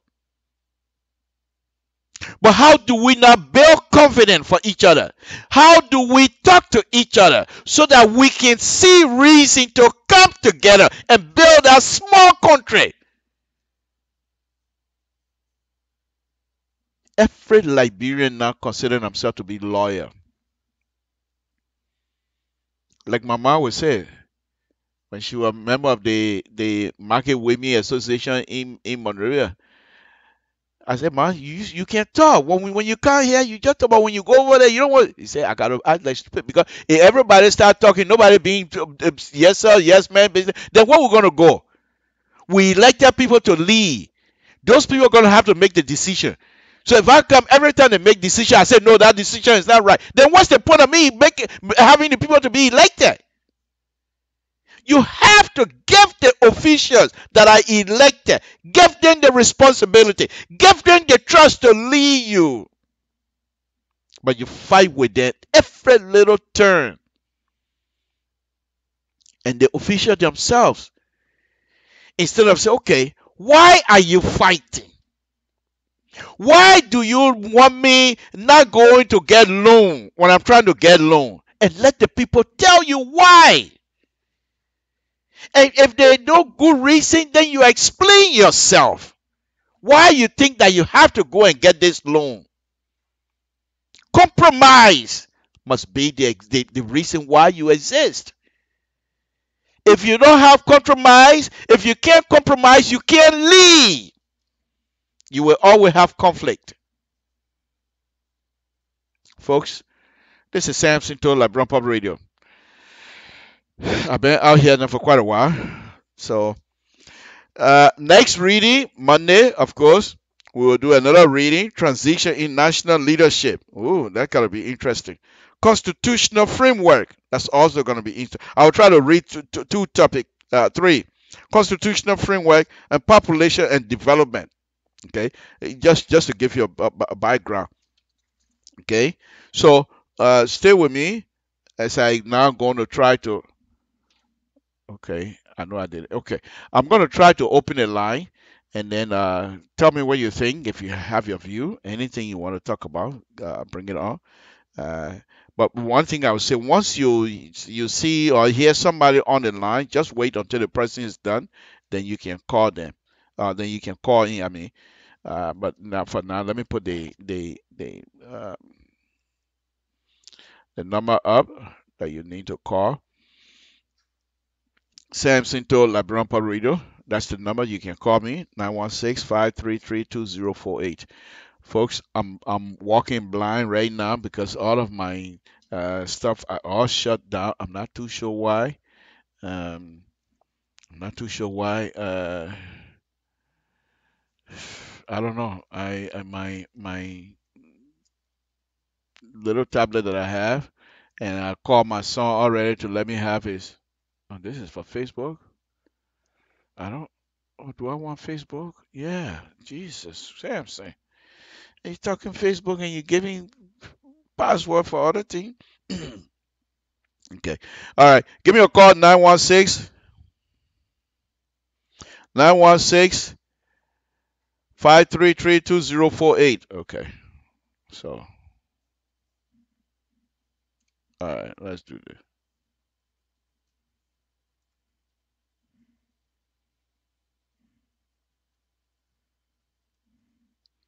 I'm listening.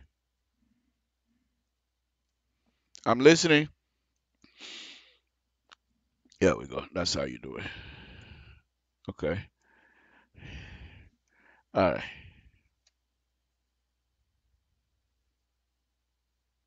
Okay. Give me a call. Samson to Labrampa Radio. Let's see what you have to say. Again, to be honest with you, if I have the ability to get involved, I'm going to do so by talking to folks back home. Next week, as I stated earlier, I'm going to ask my wife to give me permission to spend the money, the family money, to buy material here so I can do the drawing, to do the engineering design on the board here. I will do it right here on the board. Okay, so that's exactly what I want to do, because this is just getting to be too much where our folks. Okay, and again, I don't know. 916-533-2048. Let me talk a little bit about these two culture divide. Okay, there are certain people still that are still angry with the kinds of treatment they got, their parent got, their grandfather, grandmother got from the two-way party-led government in Liberia. They're still angry, and because they didn't get nothing good in return, which makes sense. Okay. However, we and you, this young generation, going to see past that and move on. Okay, that's the number. Samson to Labron Pabrito. Before I will come back to this number, there's certain thing I want to discuss here now. These are a little bit uh, uh, tribal issues here. Let me do this. Okay, it's no longer just national issue. This is pretty much about my own community. Good evening.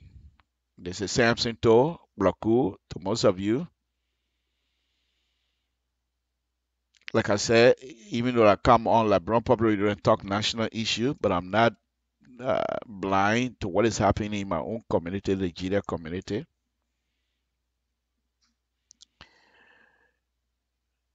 What is happening right now to our community in terms of leadership and whatever that is happening, it's not right. It's not good. The Grand Nigeria Association, those of us that struggle, there were people that were before me that struggled to put it together. And then when my time came, I was involved. The people that struggled to put this thing together. Even though we were not many as it is now, as many Grangidians are here now, but we tried our best to have a framework. Because there were some people among us that were smart, far-sighted, they used to argue that Grand United Association, even though it's a very small community right now, but what if it get big tomorrow? What do we do? And there was people that were able to put structure in place for Grand United community to be able to have an organization that they will call their own. Eula was there, but during the war, Grangidian were pretty much shut out of Eula community. Here in the United States, I can attest to that because I witnessed it. I keep telling you guys this story about Mr. Connor. I believe his name was Amos Connor. In 1985, right there in Philadelphia, Eula has that convention. At that time, Tom Wowoyu was president. And I was member of the Rhode Island Liberian community, whatever you want to call it. Sam Colley was the president in Rhode Island. Cy Johnny, Sam Colley, and myself, we went from Rhode Island to the Eula convention. And these people that I'm naming, they're still alive. You can ask them. Those of you that are in Rhode Island, if you know Sam Colley, ask him. If you know Cy Johnny, ask him. And when we got to Philadelphia that afternoon, because we left Rhode Island very early in the morning, and we got to Philadelphia maybe around about 10 o'clock or so, and went to the hall. You know, come to think about it now, people like Sam Colley, they were just very smart. Because we didn't have GPS those days. Were they able to find the street and the house and all that kinds of stuff? But anyway, that's besides that. But we went in. And at that time, the ULAB was then being dominated pretty much by the rebel, if you want to call it, the rebellions. I'm not talking about rebel in terms of those who want to fight, but there was those who were adamant that those, no matter what, those must be brought down. I'm not making it up. There are Liberians that are still alive that can attest to what I'm saying. So we went to the hall. While we were at the hall, Amos Cannon, and I can still remember as I'm speaking to you, as though it just happened yesterday. He had on all over white, shoes white, pants white, shirt white, the hat white, and he was coming. And people that were in Philadelphia who knew he was a crime man, they said they don't want him enter because he's a spy for Doe. He's a crime man. Crime people are spy for Doe. And they didn't want him to enter. And they turned to serious conflict. No blow. They didn't come to blow. But there was some shopping. Eventually, Tom Wowo said, let the man come in. He's a Liberian member. I mean, he's a Liberian man. And ULA is a Liberian community organization. From that point, everything about ULA, most Crown people were shut out. So Grand Judah Association was then the place for Grand Judahs to meet and have conversation about what was happening in Liberia.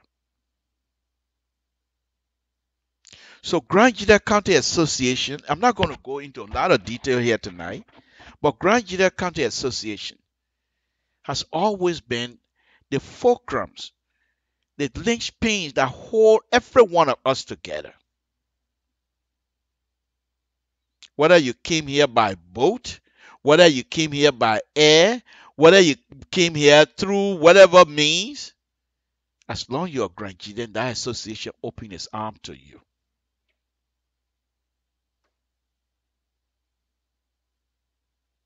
And then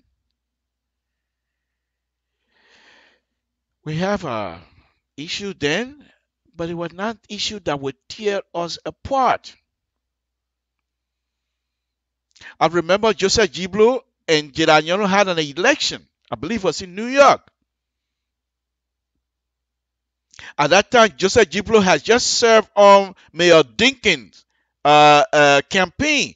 So Joseph Giblo considered himself a strong campaigner. Whatever it was, it never tore us apart. We were always together as Grand Judeans.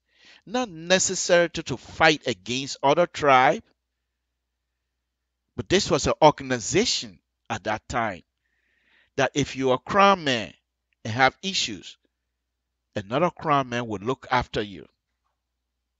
Some of us have benefited, especially people like Samson Todd. The Kingsmen, about Kingsmen, some of us have benefited from it immensely.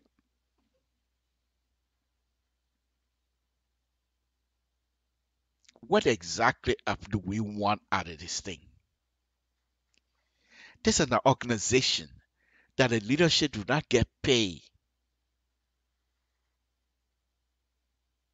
But for some reason, some of us have been preaching for the young people to take leadership.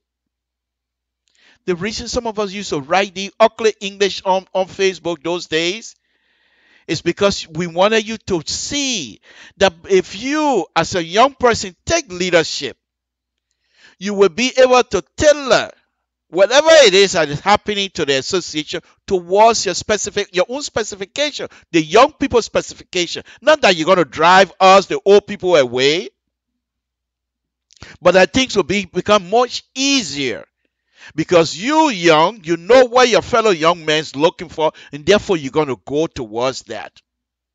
And the aim was for us to come together, collect whatever 1 or 2 cents we have, and be able to help our brothers and sisters back home. When it rained, what the Grand road cut off, we can't get anything. And this association that we have here, is it because of money? Let me give you a little bit history about Grand and money business. If you don't know that Grand has never been a poor people. Granadians have always been rich people, culture, money, handsome men, beautiful women coming from Grand Gide. What we doing? What is this? Those days, when I was young, well, not young, little, in Bapa, crown men looking for, they come to Bapa in Nima County to dig diamond. They get money. They leave Bapa and go to Zedru to wash their car with beer. What is this? That money we want, we're fighting over? People will leave Bapa to go swallow Doma in total and come back, charter taxi. That money we want, we're fighting over? 100,000. Think about it. Those of you, the young people, look at your life. Look at the life of your fathers. How many times did you see your father going to the next person to go beg for money? How many times did you see your father going to other people to go steal people money? How many times? How many times? Those of you that from these different sections, your father used to be chiefs, parliament chiefs, town chiefs, collector. They collect the taxes for 2-week party, and not 1 cent they will take out of it. They will collect the money right before me, total. I saw it. They collect the money, pile up, and when they're ready to count the money, they don't count like that. They count racks. The other quarter pay days, they count them by racks. And they get the money to a certain person to go report to the superintendent, district superintendent. What happened from the district superintendent? That's not their business. Then when we come here, few little money, we fight. If educated Granadian, educated, master wasting, PhD Granadian, you're fighting over 100,000 or so. Is it because of money or because of disrespect? What is this? What is this? We can't put our pride aside and come together. I'm going to call names.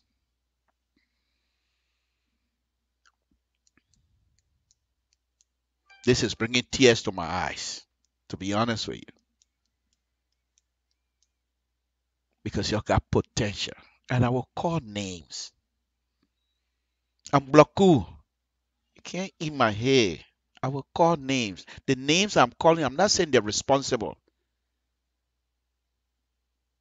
But these are people that have the ability to bring us together. What happened? What really went wrong?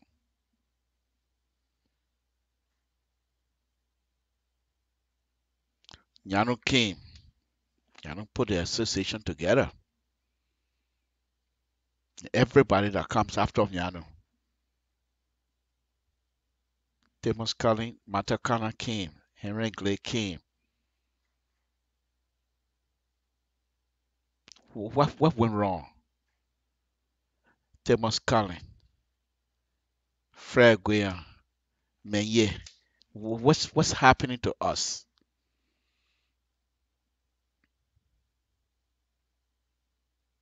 There's County Bicon.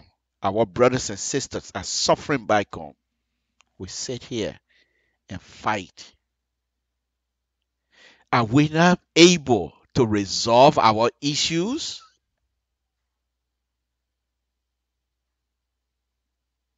We're not able.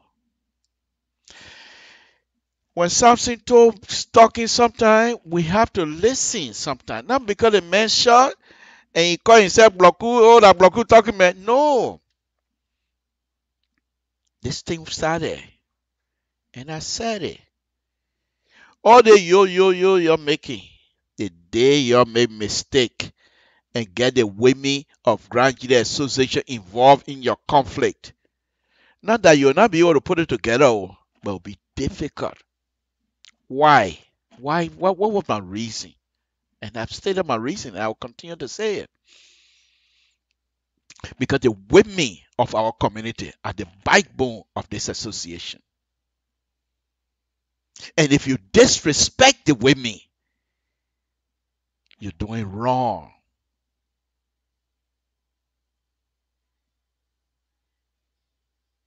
For the association business, people insulting each other.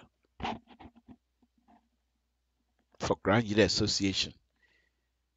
Okay. What do we have now to offer?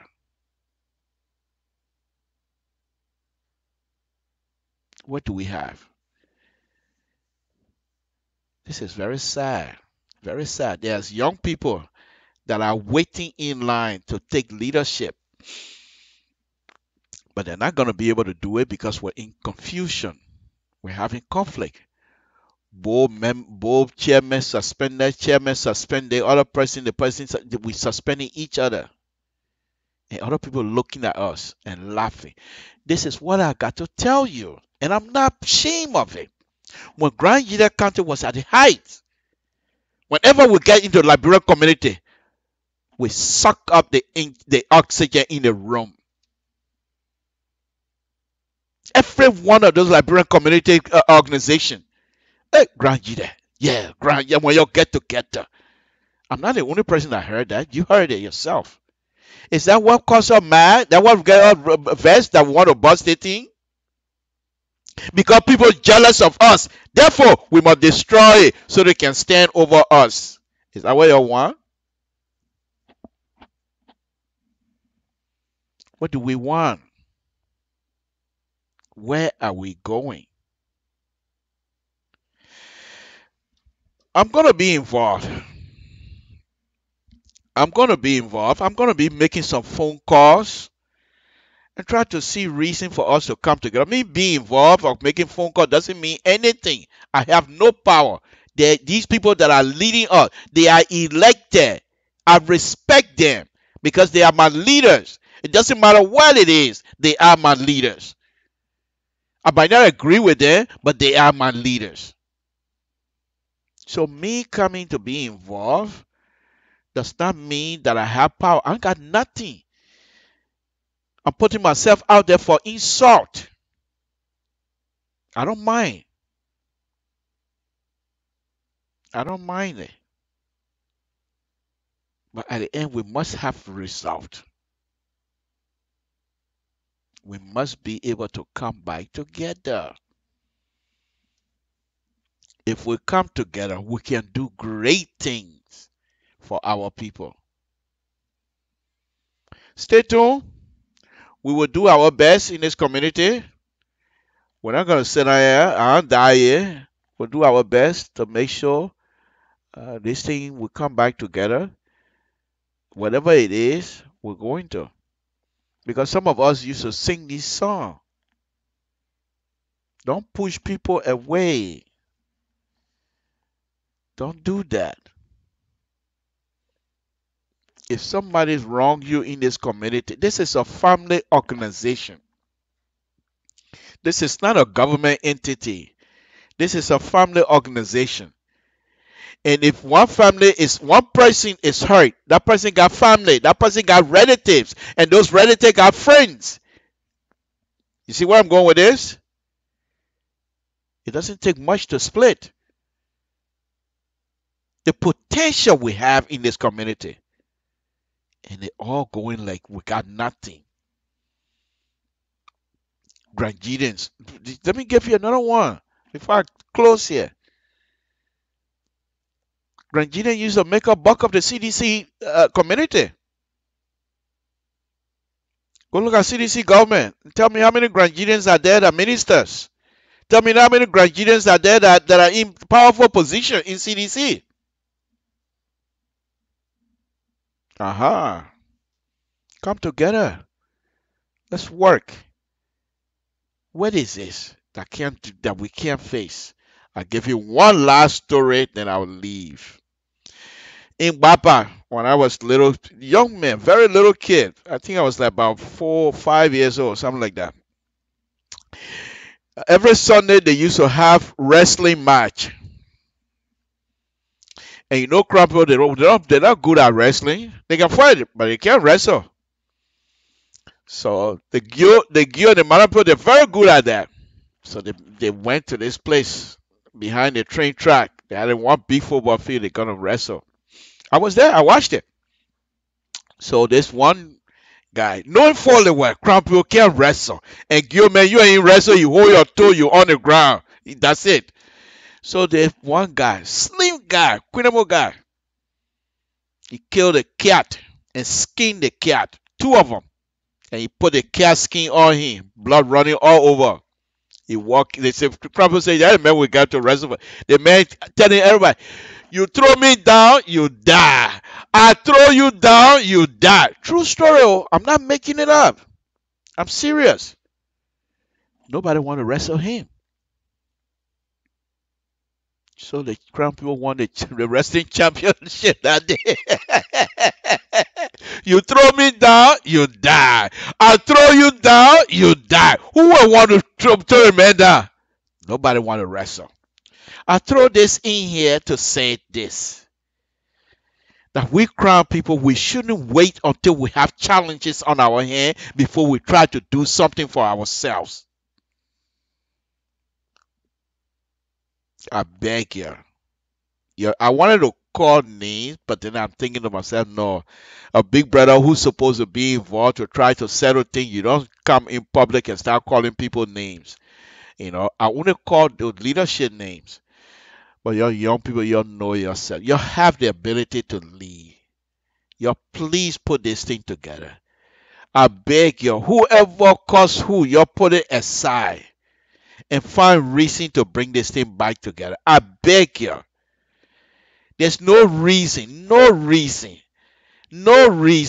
that we can't come and dance. I beg you. The women are willing to help you, the leadership, and get serious money and do some good thing in our county. But please, you come together. Whatever is happening with a bull, you'll find reason to have this thing resolved. I'm not inviting people to come and tell me what the reason is. It happened now. You don't put it behind us. Those who get money, you get people money, bring it back. Put it back in the bank. If you don't get money, you say, I don't take people money, leave it alone. If we don't do that, we're going to stay, we want to remain it. Because here's the thing. All of you guys, all of you young people are very sophisticated, intelligent, intellectuals, smart, book. How do you challenge each other? Because nobody's going to draw back because the man is just as educated as you are. He's not a fool. He can defend himself. But at what point do we compromise? This is Samson to LeBron Public Radio. I just thought that I'd take this side scribes here tonight on my community. My community, there's a lot of things that is going on in the community. So I'm going to be involved. I'm going to be making some phone calls and see if we can find reason to bring this thing back together. And when I finish, you can cost me. I don't care. You want to cost me, cost me. So they don't change me. I'm cool. Of course, don't move me anyway. That's what make me the older brother among the community, among you guys. Because this is what they say. Our country people say, two sky clear, Monea Nawe. In other words, you know the country, if you're from the country now, every time they cut this tree down, they usually one big stake remain on the farm. So when they burn the farm, that one stake, all the fire gravitate towards that. Okay? So and when we like two sky clear, Monea Mue, that's okay. That's okay. Let's bring it by. Let's bring it by. Some of you were young. You're getting older too. Put it together so the young people behind you that are going to come and take leadership, they will still make reference, respect you, and talk to you, and ask you for ideas to move the society and the community forward. It is in your hands. Don't let it slip, please. This is bigger than any one person. That's Samson Tour, LIBERIA Radio. I'm going to go ahead and call it quit for the night. Thank you very much, folks. Samson Tour. I want to thank all of you. We're next Sunday, that is. Tune into Mr. Soul Show, where you will be able to get some real nifty conversation about event that is happening in Liberia. Yesterday, he has sent Crowded Draw on, giving us updates, and we'll continue to do that. So tune into Mr. Soul Show and have fun. This is Samson to Friday evening. Stay safe. Keep yourself safe. Again, to the family of the Paibo family, well, again, we express our sympathy and we say, never mind. Shatai and Montravo. Okay. This is Samson Tour. I'm going to say good night to all of you. It's been a wonderful, wonderful evening. Why don't we go ahead and leave now and say thank you very much and say good night.